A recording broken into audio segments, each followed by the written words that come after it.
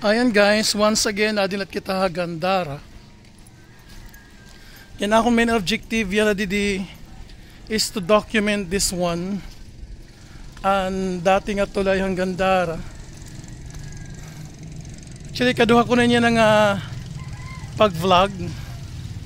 So phase 1 and phase 2 tapos na. Ang ginulat nila phase 3. And may ada kasi kunuhin nag-post regarding Gandara, ginhimuan mga issue or whatsoever. And that is why I want to know the answer. May session pa kasi yan kay Monday yan actually.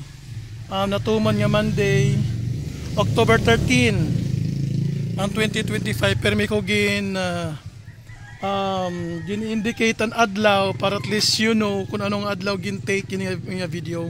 And by the way, mga posting naton, labi na mga information, mga details, kanang lang ang details ayun nato yung ngalimti, labi na may mga sunog or earthquake, pero minibubutang an what, kung ano na nanabo, and then diin, and ano nga pizza, anong adlaw. Parang tao aware, oo nga natong pizza kwan, 15 may nga tunay na bunga kwan, at least natutugkop-tugkop kung ano man ang mga churba bells. Ayan. Pero adi kita na didi. And haakon kasi pag-interview dito ha DPWH District Engineering, First Engineering District ang Samar, nga ang Gandara nagsuggest nga ang design han tulay the same pa rin han original. Pero since moderno yan nga panahon, usahay kasi based on sering datan akong sangkay, ang mga materials kasi hadto di rin available nila na. So makukurian lewat ang engineer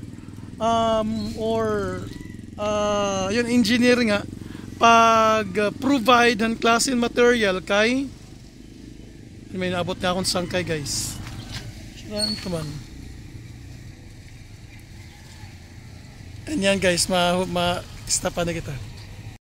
True. Ayan guys, akong sangkay guys, taga-Katbalogan niya pero nabihag han taga-Gandara kay. Ang mga taga-Gandara guys mandaragit, mambibihag. Bayan daw ng magaganda. Ang mga gwapo guys nabibihag, imbis nga hiya mambihag, yan nabihag. Ayan. Bayan ng mga magaganda. I-promote na mo FB page. May ka YouTube channel? Alright. Hello, this is me, JR Bads. Please follow my page. Yun.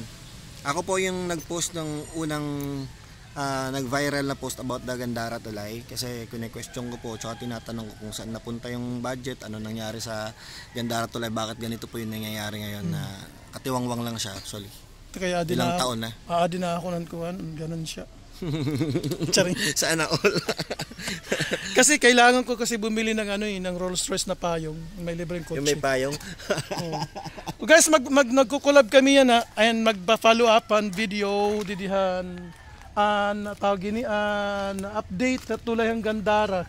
Kasi guys, ang mga dumaan na dito, magtatagalog kita kasi usahay may mga di na akin tiniwaray.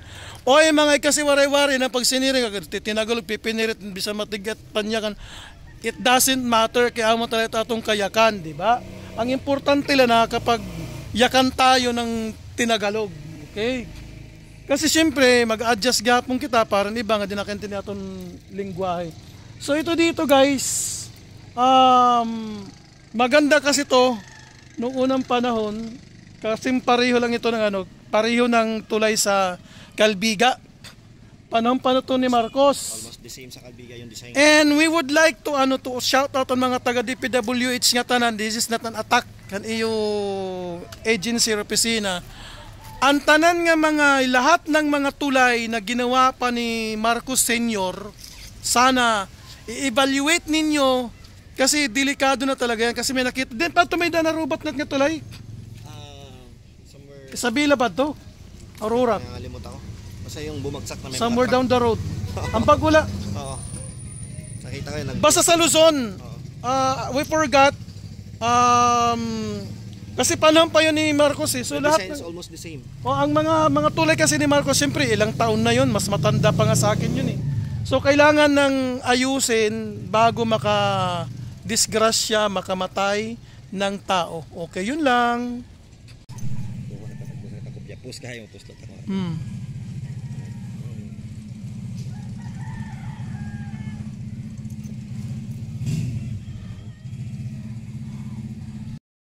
kami nakikitang movements. May movements naman konti pero nagtatambak lang sila doon. So ngayon tingnan natin. And guys, nagko-collab kami yan ni JR Buds and vlogs regarding this one tulay. Ayan. And we hope na matapos na to kasi alternate road to.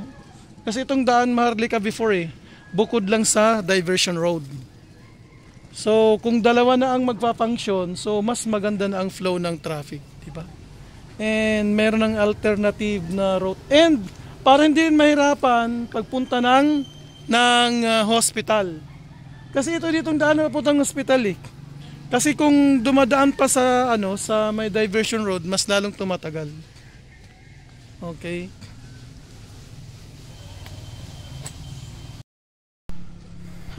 Ayan, gagamitan natin to ng dual cam.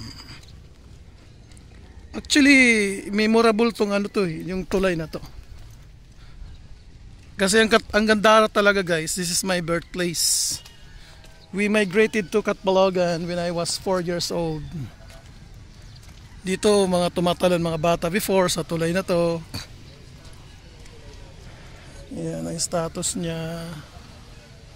Yan ang kaibigan ko, nag-vlog din. Ayan guys, I was surprised. Sinabi ng itong katropa natin na vlogger din dito sa Gandara. May mga budgeting na pala to guys, and I was surprised. And dahil hindi ako nakakita ng document na yon, hindi ko pa nakita ang document na yan. So wala akong may comment dyan. Basta pagkaalam ko lang na sinabi ng DPWH tapos na ang budget ng phase 1, phase 2 at hinihintay na lang ang budget ng phase 3, yung pag fully fully finish ng na to, ng construction ng tulay.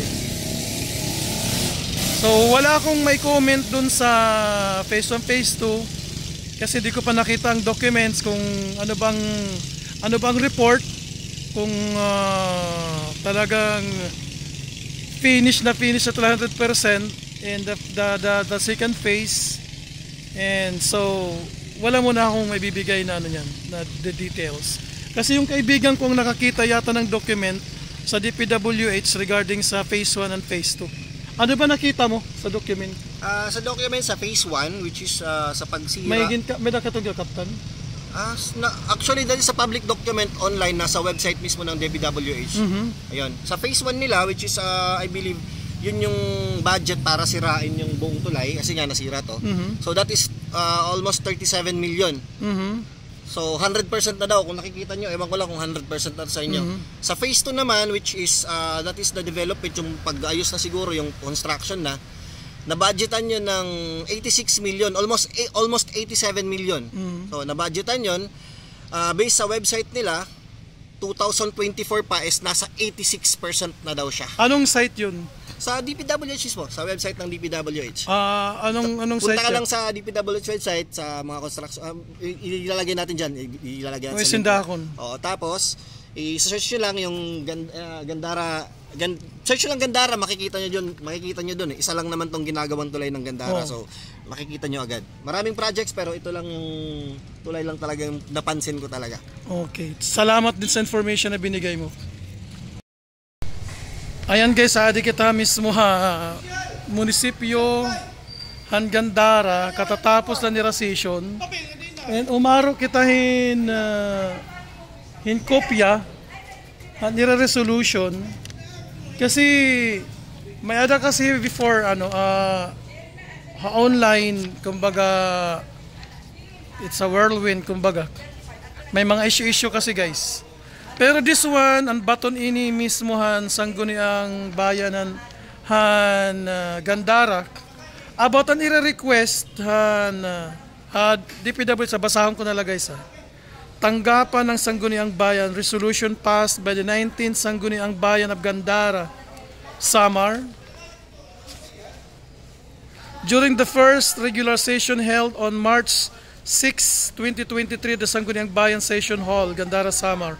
Resolution number 44, 2023, requesting the Department of Public Works and Highways through officer in charge, OIC District Engineer Raulito Yangzon of Samar First Engineering Office, Calbayog City, to improve the original design by aesthetic bridge design of Old Gandara Bridge. Okay? Ayan, basahan tayo. Ayan, ang request kasi nila guys, sa Sangguniang Bayan, nga i-restore to reborn the history, tradition, and culture of Gandarinos. The august body is the representative of its constituents. As a result of this, requests that the original design be improved by adding an aesthetic bridge design without sacrificing the foundation and structure thereof. Therefore, on motion of the Honorable Edwin Romo and duly seconded unanimously, be it resolved as it hereby resolved by the Sangguniang Bayan in session duly assembled to request the Department of Public Works and Highways through officer in charge, District Engineer Raulito F. Yangzon of Samar First Engineering Office, Calbayog City, to improve the original design by aesthetic bridge design of Old Gandara Samar Bridge. Resolved finally, that copies of this resolution shall be furnished to the Office of Engineer Raulito F. Yangzon of Samar First Engineering Office, DPWH, Calbayog City, all others concerned for information and appropriate action. Sponsor Honorable Edwin Romo. Members of Sangguniang Bayan. Ayan na din mga perma guys. Ipopost kayo niyan. And signed by Municipal Vice Mayor, the Presiding Officer, Elias Delictor. And Secretary of the Sangguniang Bayan, Ma'am Glenn Oliva Almia. Ipopost natin natin guys. Kumbaga ang karesigong kasi nira, ibalik ang dating original nga designan tulay, pero it doesn't mean nga amon masusunod. Kung ano an approval han DPWH, kung approve ba ira, wala problema, pero kung diri, wala tira may mahimo kung ano talaga ang design nga ira karoy implement. So, to clarify la, kasi ang siring kasi nira, nakakaulang kuno, or nakaulang ang Sangguniang Bayan han Gandara para kunuhan design or pagpadayon han tulay han Gandara tungod han issue nga pag-request han design talaga han Gandara, han tulay han Gandara rather.